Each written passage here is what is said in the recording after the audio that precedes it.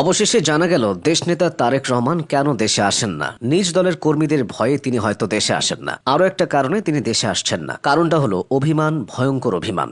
ঘটনা ঘটেছে বাংলাদেশে, তিনি আছেন লন্ডনে, কিন্তু তার নামে বুয়েট ক্যাম্পাসে শ্রবণের অযোগ্য স্লোগান দেওয়া হচ্ছে।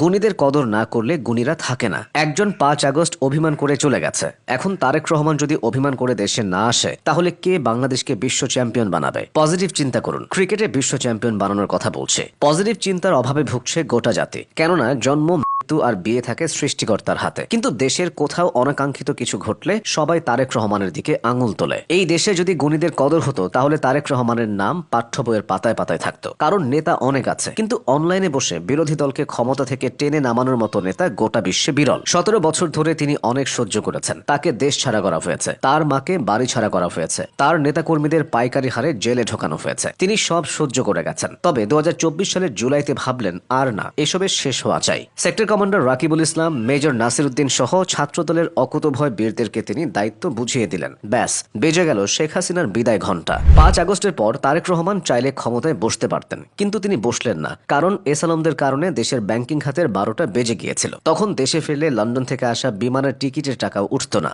তারেক রহমান 17 বছর ধরে লন্ডনে আছেন। তার নিজের পেট চলার কথা না, অথচ তিনি দেশের বিভিন্ন জায়গায় বিভিন্ন জনের হাতে লাখ লাখ টাকা তুলে দেন। এমন দরদি নেতাকে নিয়ে নানান সময় নানান আজেবাজে জিনিস প্রচার করা হয়। এই যেমন 3টা বিষয়ে কখনো প্রশ্ন করতে নেই। 1, মেয়েদের বয়স। 2, ছেলেদের বেতন।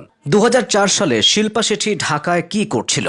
তারেক রহমান ও শিল্পা শেঠিকে ঘিরে নানান মুখরোচক গল্প আছে। তারেক রহমানের আমন্ত্রণে শিল্পা শেঠি নাকি হাওয়া ভবনে উঠেছিলেন। যদিও ঘটনার সত্যতা পাওয়া যায় না, পাওয়া গেলেই বাকি। তারেক রহমান সংস্কৃতিবান মানুষ, শিল্পীদের কদর করেন, তাই দেশি শিল্পীদের ছাপিয়ে তিনি বলিউডে নজর দিয়েছিলেন। তাছাড়া একটু ভিন্ন অ্যাঙ্গেলে ভাবুন, এটা আসলে ভারতীয় আধিপত্যবাদের বিরুদ্ধে দারুণ এক জবাব ছিল। একজন ভারতীয় অভিনেত্রীকে ঢাকায় ডেকে আনা মানে বাংলাদেশের সক্ষমতা বুঝিয়ে দেওয়া। কিন্তু ভারতও এর বদলা নিয়েছে। 5 আগস্টের দুপুর থেকে ভারত বাংলাদেশের সবচেয়ে দক্ষ অভিনেত্রীকে নিজেদের কাছে নিয়ে রেখেছে। ব্যাপার না, দেশে ফিরে তারেক রহমান আবারও বদলা নেবেন। এবার আসবে উর্বশী রাউতেলা। তবে সতর্ক থাকতে হবে, রাশমিকা মান্দানার দিকে যেন কারো নজর না পড়ে। রাশমিকা শুধু এবং শুধুমাত্র মুফতি আমির হামজার জন্য। শেষ করা যাক একটা রহস্যের জট খুলে। অনেকে জানেন না তারেক রহমানকে কেন খাম্বা নামে ডাকা হয়। কারো নাম খাম্বা কিভাবে হয়, কারণ জানতে হলে ফিরে যেতে হবে 2005 সালের রমজান মাসে। সারা দেশে তখন ব্যাপক লোডশেডিং হতো। ইফতার, তারাবি ও সেহরির সময়ও অনেক সময় বিদ্যুৎ থাকতো না। তারেক রহমান তখন প্রচুর বৈদ্যুতিক খুঁটি বসায়, তবুও কোনো লাভ হচ্ছিল না।